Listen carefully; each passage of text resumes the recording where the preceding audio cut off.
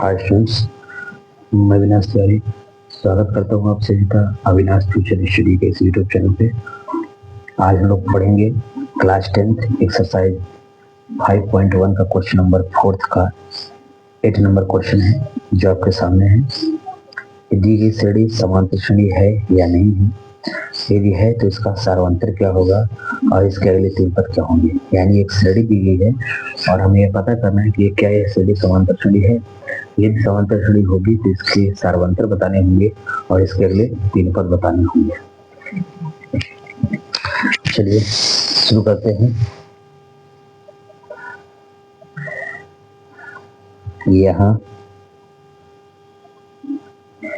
पहला, दूसरा, तीसरा, चौथा, ये पहला पद है, दूसरा पद है, तीसरा पद है, चौथा पद है। समांतर श्रेणी बताने के लिए हमें ठीक आगे वाले पद से पीछे वाले पद को घटाना होगा। जैसे पहला है, दूसरे में पहले को, तीसरे में दूसरे को, चौथे में तीसरे को, यह प्रक्रिया अपनाते हैं। और यदि इनके क्रमागत पदों का अंतर समान होता है तो दी गई श्रेणी क्या होती है, समांतर श्रेणी होती है। चलिए शुरुआत करते हैं। यहाँ a2 माइनस a1, a2 क्या है अपने पास -1/2 माइनस a1 क्या है अपने पास, इसको बॉक्स में रखेंगे -1/2। ओपन करते हैं, -1/2, ये माइनस बाहर आएगा तो माइनस माइनस प्लस हो जाएगा 1/2। और यहाँ पे आपका जो आंसर आएगा वो क्या आएगा, तो -1/2 प्लस 1/2, ये -1/2 प्लस 1/2 ये कट के क्या हो जाएंगे, 0 हो जाएंगे। क्या हो जाएंगे, 0। बात समझ आई क्या। आगे चलते हैं, a3 माइनस a2, a3 क्या है -1/2 माइनस a2 क्या है -1/2।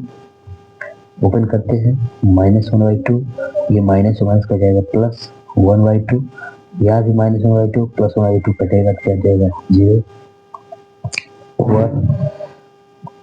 a4 माइनस a3, a4 क्या है -1/2 माइनस a3 क्या है -1/2। ओपन करते हैं, -1/2, माइनस बाहर आएगा और माइनस माइनस प्लस 1/2, ये भी -1/2 प्लस 1/2 क्या हो जाएगा, कटेगा। यहाँ सभी के अंतर क्या हो गए, समान। और जब किसी प्रश्न में सभी के अंतर समान होते हैं तो दी गई श्रेणी क्या होती है, समांतर श्रेणी होती है। तो लिखेंगे चूंकि क्रमागत पदों का अंतर समान है, क्योंकि क्रमागत पदों का अंतर समान है, इसलिए दी गई श्रेणी समांतर श्रेणी है।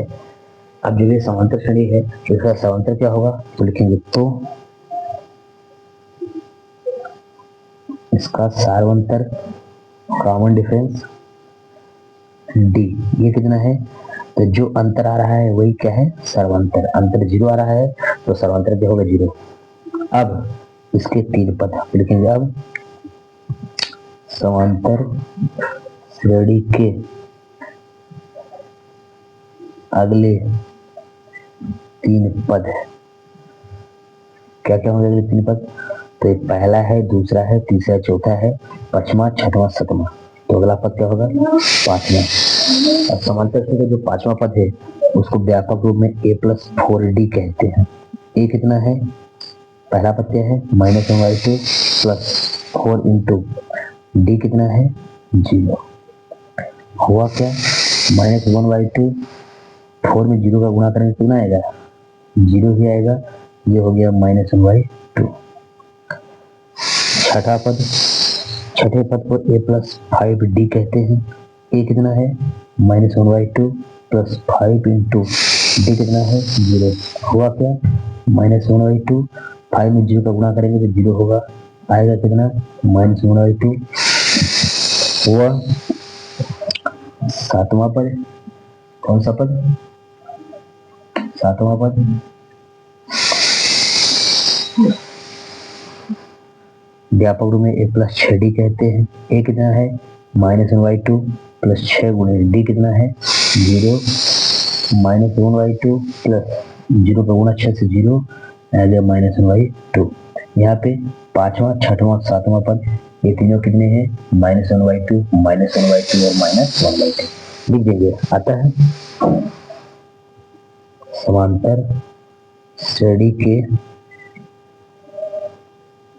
अगले 3 पद A5, A6 व A7 क्रमशः कितने हैं? -1/2, -1/2 व -1/2 हैं।